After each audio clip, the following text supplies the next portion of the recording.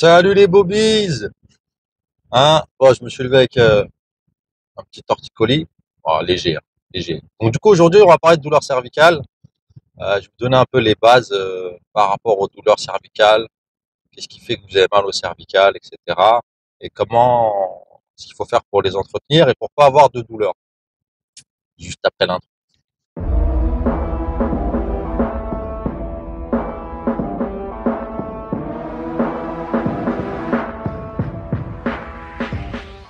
Bon alors, les cervicales, qu'est-ce que c'est déjà? On va aller au plus simple. Les cervicales, c'est la partie du cou en fait. Quand je dis les cervicales, c'est les vertèbres cervicales, mais c'est toute la région à ce niveau-là. Alors, comment on fait pour avoir des douleurs cervicales? Alors, globalement, ce qu'il faut comprendre, c'est que les cervicales, la colonne cervicale, elle est étroitement liée à la colonne thoracique qui est juste en dessous. Donc, de là jusque là, à peu près. Comme vous voyez pas, mais jusque là. Quand vous perdez de la mobilité au niveau du rachis thoracique, ça va engendrer une perte de mobilité en général au niveau euh, de la colonne cervicale et déclencher des douleurs.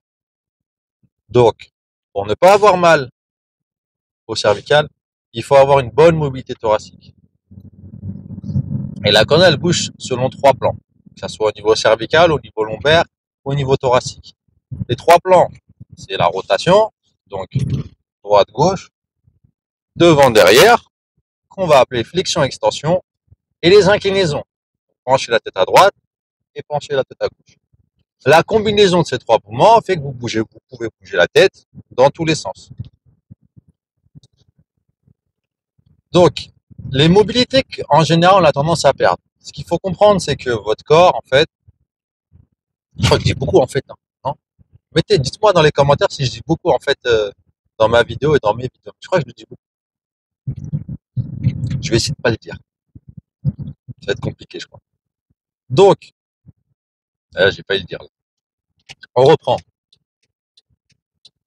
Votre corps, il s'adapte aux contraintes que vous lui donnez. Donc, en gros, si tu as l'habitude de faire ça, tu vas garder en fait ta mobilité en flexion et extension.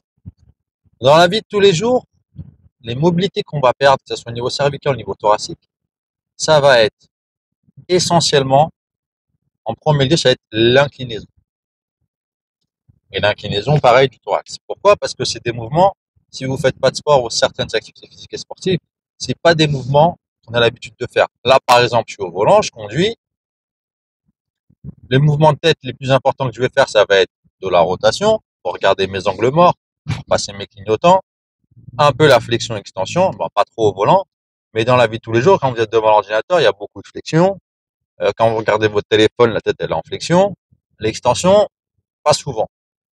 Du coup, le deuxième mouvement qu'en général les gens perdent, c'est l'extension. Et quand vous perdez de l'extension et surtout de l'inclinaison, bah, c'est là que vous déclenchez tout douleur. En fait, c'est pas exactement vrai. Ça marche plutôt dans l'autre sens. C'est-à-dire, le fait de récupérer de la mobilité au niveau cervical et dorsal en inclinaison et en extension va soulager les douleurs que vous avez. C'est plutôt dans ce sens-là qu'il faut le prendre. Donc, est-ce que la réciproque est vraie? Globalement, oui, mais pas toujours. Mais en général, oui. Donc, il faut vraiment essayer de garder cette mobilité au niveau cervical, de toute façon, une mobilité générale du corps. Mais au niveau cervical, ce qui est important, c'est d'abord de libérer votre thorax, toute la région, la colonne thoracique. Très, très important. Qu'est-ce que j'avais d'autre à dire? Oui,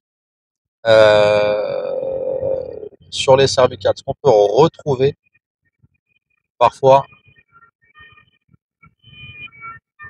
je vais laisser passer tranquille. Ce qu'on peut retrouver parfois, c'est un peu comme au niveau lombaire, des hernies discales, des discopathies, des choses comme ça. Mais en fait, la différence entre les cervicales et les lombaires principales, c'est que c'est que ça somatise beaucoup. Il y a beaucoup de douleurs qui peuvent être accentuées par le stress, par les émotions, par l'aspect contextuel dans lequel vous êtes, l'aspect un peu ce qu'on appelle psychosomatique, psycho-émotionnel. Et les cervicales réagissent beaucoup plus à ça. Donc, vu que les cervicales sont liées au thorax, c'est un petit peu la même chose. C'est un petit peu le même type. Le thorax et les cervicales, ça joue beaucoup plus sur les phénomènes contextuels et psycho-émotionnels. Je vais prendre un exemple simple. Vous allez avoir un bon coup de stress au travail, beaucoup plus que d'habitude.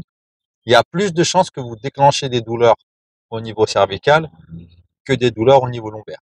La partie lombaire, elle est un peu plus mécanique. Il y a vraiment un rôle un peu plus mécanique. Après, il y a des gens, des fois, qui somatisent plus au niveau lombaire. Mais classiquement, vous allez avoir plus de douleurs au niveau, la partie haut du corps, au niveau cervical et dorsal.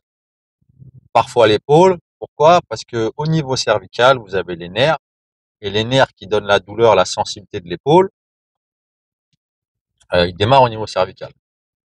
Donc, si je dois faire, de manière générale, une petite globalité, en gros, tout ce qui va être stress, euh, contexte un peu difficile, vous êtes plus sujet à développer des douleurs au niveau du rachis cervical, de la colonne dorsale et aussi des épaules, d'une ou des épaules.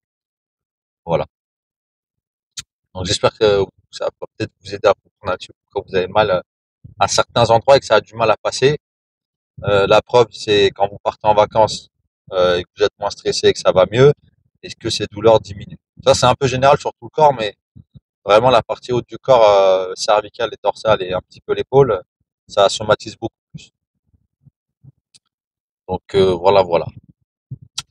Donc, ce que vous devez retenir, niveau cervical, extrêmement dépendant de la mobilité thoracique, du thorax, donc des dorsales. Qu'il faut que pour diminuer vos douleurs, il faut récupérer la mobilité dans tous les sens, et que la mobilité qu'on perd principalement, c'est l'inclinaison et l'extension. Et que, voilà, c'est une partie qui somatise beaucoup. Donc, en fonction du contexte dans lequel vous évoluez, du stress que vous avez, eh ben, vous pouvez déclencher beaucoup plus de douleurs dans la partie haute du corps, notamment cervicale, dorsale, un peu l'épaule, et, c'est quoi le dernier?